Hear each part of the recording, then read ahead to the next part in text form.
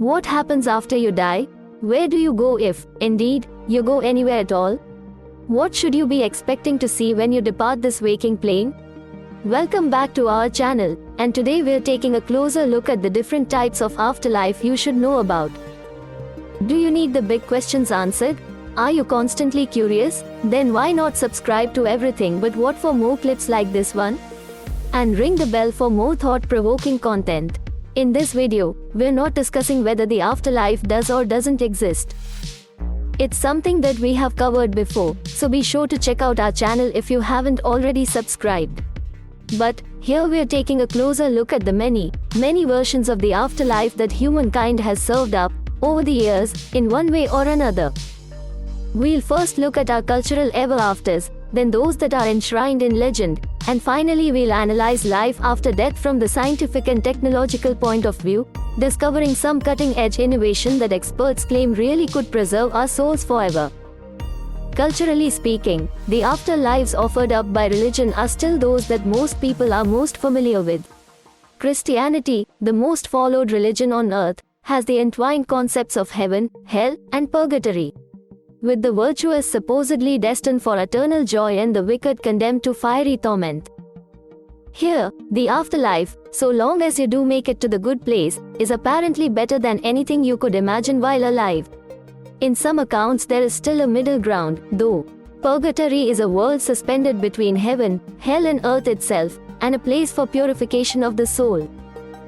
Dante Alighieri's Divine Comedy vividly illustrates it in his depiction of Purgatorio as a realm where souls go to cleanse themselves. With Islam, the second most followed religion on the planet, there are again ideas on arriving at a paradise or descending into hell. It's more specifically a culmination of one's earthly deeds, though, and revolves around the Day of Judgment, where your living actions are said to be literally weighed, and your destination determined by how well or badly you've lived. With many of the world's polytheistic religions, meaning they have more than one god, there's a different outlook. With Hinduism, there's reincarnation and moksha. The afterlife revolves around samsara, the cycle of birth, death, and rebirth, and is driven by the law of karma. In Bhagavad Gita, a sacred text, it's explained that we will attain another body. So, although we are usually unaware of it in the present, the afterlife is more like an extension of whatever came before. In one sense, it means that everyone alive right now is already experiencing the afterlife, and will likely already have lived many afterlives to get to this point. There is an even higher goal in mind, however, moksha, which is the liberation from this cycle of birth and rebirth. Here, there's a clear bridge between Hinduism and Buddhism. Buddhists also envision a continuous rhythm of rebirth, governed by karma, journeying towards a liberation from suffering, as outlined in the Four Noble Truths. The ultimate goal here, though, is to reach nirvana, a similar state of freedom and enlightenment. The way to nirvana is paved in the Dhammapad, a collection of poetic teachings from the Buddha. For example, one mantra says that hate is not conquered by hate, but by love, and that this is a law eternal. It's quite a jump from Buddhism to the afterlives of Old Norse, but if you were looking for something different, then welcome to Valhalla, a glittering hall in Asgard where fallen warriors are honored. Most of what we know about it comes from the Poetic Edda, a vast collection of anonymous poetry, and a written record of all the oral legends that were once passed down. Entry into Valhalla is quite an exclusive club, however. First you have to have died heroically, and then you need to be chosen, with Norse heroes either ending up here or instead in Folkwang, an alternative field for the slain. In Norse, if you didn't die a hero, then you're headed to Hel, but descriptions differ as to exactly how bad this would be. In some tellings, Hel is a dark and shivering place, slithering with snakes, and it's where all the worst people end up. However, in other depictions it isn't quite so grim, with Hel again being a vast hall for the dead, and in fact where most people end up. It doesn't quite have the glamour of Valhalla, but it is still possible to avoid eternal torment. As with most afterlives, your ultimate fate is determined by your actions on earth. Finally, and to head a couple thousand years further back in time, the mythology of ancient Egypt paints another, different picture of what awaits us. For the Egyptians, you were headed to a place called Duat, another realm of the dead where a series of challenges and judgments await. Navigating Duat was no easy task, but if you were worthy then it certainly was possible, and you could perhaps even hope to one day ascend to live alongside various gods, including Anubis, Horus and Osiris, the undisputed lord of the dead. Similarly to some other systems, judgment played a crucial role, with the heart of the deceased being weighed against a feather. The heavier the heart, the more full of sin that person was said to be.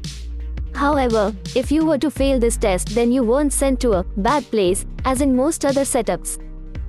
Instead, you were more simply denied entry to Duat, expelled from the underworld, and effectively erased from existence. Any form of afterlife was totally taken away from you. Of course, with all of the above, there's a reliance on faith, on followers believing that their afterlife is the right one. But, in the 20th and 21st centuries, in particular, the shift towards science and empirical evidence has increasingly meant that faith might soon have nothing to do with it. First, the concept of digital immortality tantalizes modern technologists with the idea of preserving consciousness in a digital realm. Imagine a world where whole personalities, entire memories, and personal intellect are all encoded in algorithms, where the mind is mapped to the point that it can be reproduced again and again and again. For many, with the advent of everything from cloud computing to virtual reality, and with our ever-increasing understanding of DNA, genes, the human genome, and of how the brain works, this is where society is headed. Your life on file, ready to be picked out and loaded up whenever it's needed. The clearest link between this and the afterlives of religion is that those who populate both will have done away with their physical bodies. There are some ideas that a digital consciousness could go on to inhabit an artificial body, but the focus is still very much on your essence rather than your physical being. What some might call your soul. As such, and imagining a time when the tech is possible, there are clearly many ethical questions to consider. But perhaps the biggest potential quandaries surround control and privacy. With a digital afterlife, there is no God, but there is whoever uploads you, a higher being who would still exist as if on a higher plane. If you'd rather not submit to being translated into data bits, then perhaps there's something to be said for quantum immortality instead. This is a still much debated concept, originally based on Hugh Everett's influential Many Worlds interpretation of reality. Many Worlds imagines that whenever there is the potential for two outcomes in anything, then both of those outcomes do take place and reality splits to accommodate them. At the extreme end of the scale, however, some have taken this to mean that at the moment of death there's always an alternative where you don't die. And so, in this way, at least one version of you is destined to live forever. Quantum immortality is widely held to be controversial to the point of absurdity, but there are some theories arguing that, more generally, we might exist in some kind of quantum state after we die. Here, the debate inevitably bleeds over into the mind-body problem, with those on either side attempting to decipher where consciousness ultimately resides. Is it a product of the brain? Or is it separate, and does the brain in fact work more like a consciousness pylon, receiving and transmitting consciousness for so long as it's alive? If that second one is true, then there are mounting suggestions that we could all essentially become interdimensional beings in the afterlife. That, because we'd no longer be confined to just one body on one planet in one galaxy and one universe, we might suddenly find ourselves, or our energy, flooded with the unfiltered, true potential of the cosmos. Any attempt then to predict what will happen next is almost impossible, because the options are so vast.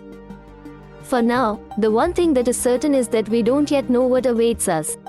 From the vivid realms of religious traditions to the speculative frontiers of digital and quantum immortality, there are plenty of potentials to choose from, but all are based on either faith or as yet undiscovered scientific breakthroughs. While the mystery of death remains, those are the different types of afterlife you should know about. What do you think? Is there anything we missed? Let us know in the comments. Check out these other clips from Everything But What, and make sure you subscribe and ring the bell for our latest content.